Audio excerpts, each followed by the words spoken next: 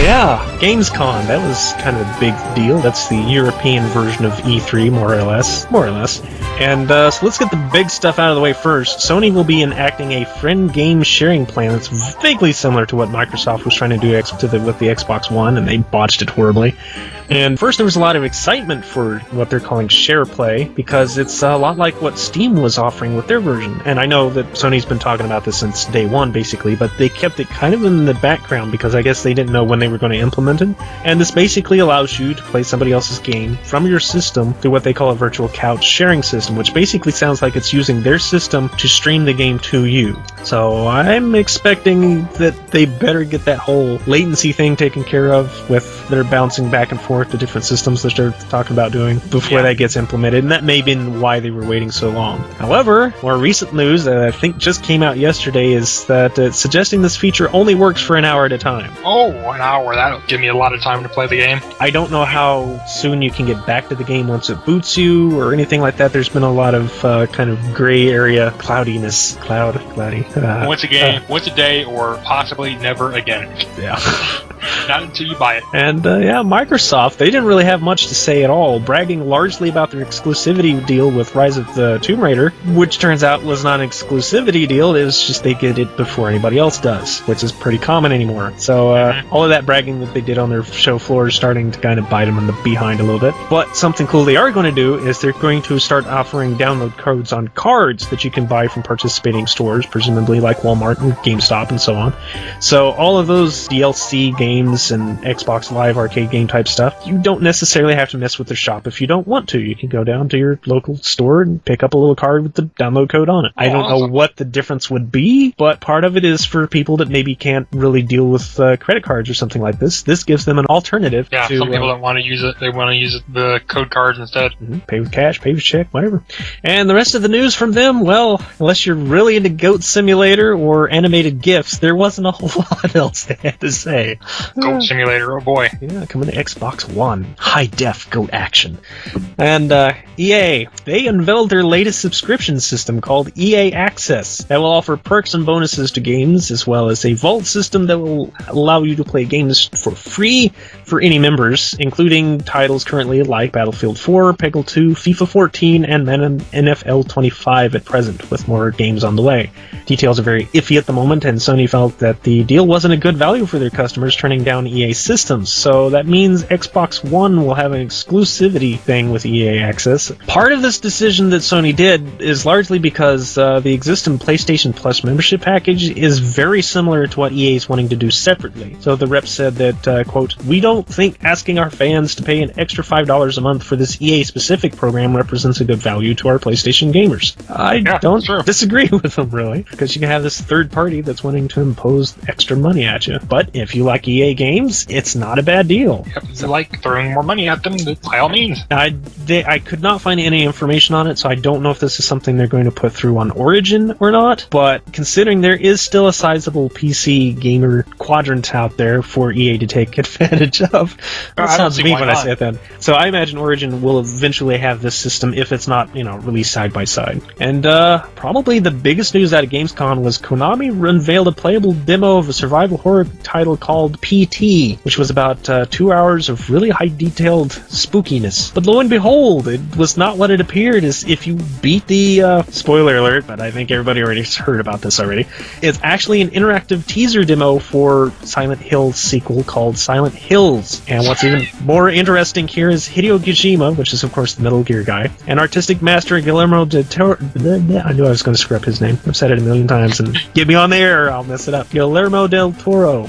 Now say it like you're not from Texas. Guillermo del Toro is probably most famous for the Hellboy series, but he's done a whole bunch of other stuff that, Pan's Labyrinth, everything else is blanking on my mind. Yeah, he's not doing another Hellboy, so... Yeah, so you've got two very talented and a little off-the-wall people working on this, so... Kojima even said it's, I'll use my little self-censorship here, that you will poop your pants. He said it a little differently, of course, but, what does PD stand for? Playable teaser, of course. Good old Hideo Kojima. Interesting. Isn't that called the demo? Pretty much. But it's actually not part of the game. You're not playing Silent Hills. You're playing like a completely separate, out-of-universe, but in-universe game. I don't know. Oh, well, that's kind of weird. And, man, I need Mike here for this one, but Meta Knight rejoins the Smash Brothers crew as announcements of new characters for it and Hyrule Warriors continue to roll through. And, look, Mike, wherever you are, Smash Brothers 3DS XL package. The one he's been waiting for. But, not only will it only come out later this year, much beyond the new game's actual release, and he's not going to wait that long, it's currently only confirmed for Europe, not Asia or the US What? for some reason. So, what? Why? I don't know, but hopefully that'll change. Why, I mean, Nintendo, why are you stupid? And I say this for two reasons. Not only because the inner fanboy in him will just go berserk, he's also promised he's going to give me his old 3DS if he gets one. So, hey, that's a win for me, too. There you Hint, go. Nintendo. Meanwhile, Mario Kart 8 has had such strong sales that it's actually helping the Wii U power along a little bit, with several more Wii U's selling this quarter selling more Wii U's this last quarter than this time last year. That still sounded like a tongue tie to me. However, Nintendo's... So you said they sold several more Wii U's this quarter.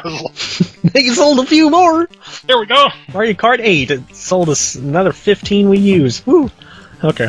However, Nintendo is still in the hurt with a loss of $97 million compared to a profit of nearly that much last year. So, ouch. A loss. Yeah. And Capcom and Sega's not doing them all that great financially either. And Zynga's posted almost $60 million in loss. Yay! Can't really shed any tears for that one.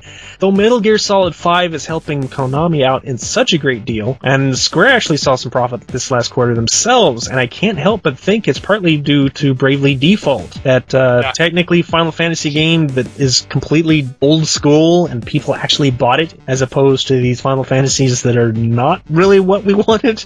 So, imagine that. Go back to your roots, Squaresoft, please, for the love of God. I mean, feel free to make these big blockbuster, crazy Japanese drama-inspired creations if you want to, but it's not going to hurt if you lower your budget down a little bit and make a solid RPG. People will buy it. Crytek, on the other hand, is one of the more notably in trouble, as it announced not only the sale of the Homefront IP to Deep Silver, it also laid off a whole bunch of people, a lot of which in Crytek USA, though Kotaku has reported that these were actually people who were quitting en masse due to not being paid in ages because of the company's financial straits. So, oh shit. Crytek has just been claiming that this was just, staff restructuring and stuff like that, but I think it's starting to come out that things are a little worse than they were saying it was, just like Microsoft did recently. But while there's a lot of projects that futures are uncertain, so far everything seems to be still on track. So if you're worried about your favorite Crytek game, like their new MOBA, which did show up at Gamescom, and I think they're still part of Far Cry, I think Crytek is still part of that. I don't... Oh, is Crytek gonna go out of business? Scary times. And starting next week, GameStop, famed video game store most use and even more seem to hate, is trying to improve their trade-in system with both heavier in-store promotion for it, so expect to get an earful every time you go in, but also make it far less complicated to use. Plus, enhancing the money back one actually gets out of the game. Allegedly, the average price for the game will raise 20% of its existing trade value. That's not 20% of the game's overall price, 20% of what they're already giving you back. So it's not as much of an increase as it sounds, but every little bit helps. I've never traded in games. It's worth $1. You're gonna get $1.20. Yeah, isn't that cool? Mm-hmm. And of course, in-store credit will always be worth more than cash trade-ins, but that goes without saying just about anywhere you go. And remember RuneScape? One of the oldest still running MMOs in existence? You know what it hasn't had in all this time, which is 13 years? An expansion pack. And beyond all odds, it's getting an expansion pack. A 3-part expansion called The Lost City of Elves began its 3-part release this week, with a new part to be released once every next 2 months. If I said that right, I'm being confusing. Ha ha ha! Excellent. Welcome to my mind. We can't say much because I think 11's getting an expansion too. That's true, and he's a good pick. He's old, isn't he? Yeah, 11 years old. That's what I thought. 11. Final Fantasy 11 is 11. Hope that's not an omen. Oh. Speaking of, Sims 4 is releasing soon, and if you have Sims 3 or any of its expansions, you can go to a rewards page to claim them and get special items for each of those expansions, plus a 12th if you have everything. Each item heavily affects the room's occupant's mood. Wow. Let's try that again without the burp in my system. Each item heavily affects the room the occupants are in, so their mood and emotions, which are key factors in the latest game, will be altered all the more. Yeah. Oh, thank you, EA. Thank you so much. Special Go to hell. It's free. It's okay. You can't get them any other way. Something really awesome or something that when they do this kind of crap.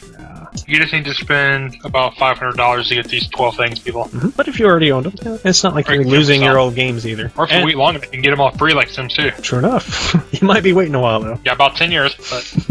And to round out the rest of what we heard from Gamescom, Walking Dead co-op shooter from the Pt.2 team. And GTA 5 is finally, coming to PC and the next-gen systems very soon. Very soon being sometime in the next year. Shows Stealers of Rhyme, Wild, and the Tomorrow Children are all trailers you should definitely check out to see some really visually interesting titles with some interesting kind of gameplay mechanics. I have not seen Well, I take that back. Rhyme is very heavy Shadow of Colossus / Legend of Zelda. But Wild and the Tomorrow Children? I'm not sure what to make of them yet. And Wild is like this... It looks like some sort of...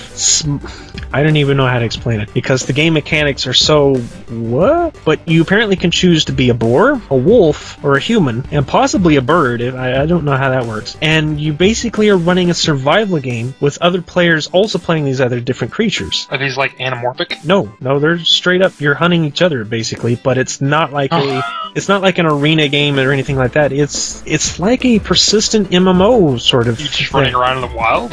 It's kind of, I mean, you're building buildings, you're going on quests. And Tomorrow Children, it has a Minecraft vibe to it because all of the little characters are going around, mining out materials, and then you haul these things back to your base, and it seems like you're building these bases and these weapons to battle off these creatures, like these giant spiders and golem-looking creatures. But the whole thing looks like it's done like in, Nightmare Before Christmas kind of stop motion. It's got a very unique art style to it. It's like everything is made of toys. Even the landscape looks like you're sitting on like some 1960s computer or something. Tomorrow Children is from the Pixel Junk people, I think. Oh, okay. And the last little bit of news that I have listed here is Legend of Zelda and Assassin's Creed Monopoly games. Yep. I think there's already been a Zelda one before, but this is a brand new one that probably updates with stuff like Twilight Princess and Skyward Sword and all of that stuff. So, a lot of craziness going on. Child. You haven't heard him yet. Yeah. Well. Chloroform! Nap time medicine. It's not chloroform. I lied. And people let this man babysit. People let him babysit. He's like, I'm just spraying this chloroform and take a nap. People get the wrong idea. I know. Garbage does not spray children with chloroform. He's better than that, and you all know it. Or lock them in closets or basements. So yes, welcome back to PrinnyCast, everybody. I hope this isn't a horribly boring entertainment for you. I know just looking at the logo for that long is probably very meh in comparison, but it should make this really quick to upload, really quick for us to jump into these just about any time we want to, so we may not necessarily have these roundtable conversations just one night. If we feel like doing something during the week, it'll be a little shorter, we can just throw these things up just anytime we want. Oh, yeah. Which I will have to talk to Mike about if he wants to put in his 2 cents about Gamescon or if he has any thoughts about it. I don't even know if he's been keeping up with it. He's been working so much lately. Yeah, back to school. Yep, gets you every time, man. Healthy children. Gotta buy their goods. School beats the happiness out of children, turns them into adults. Oh, that is so sadly true. I will take your happy childhood to destroy it! So, see you next time. Yep, see you next time, dudes.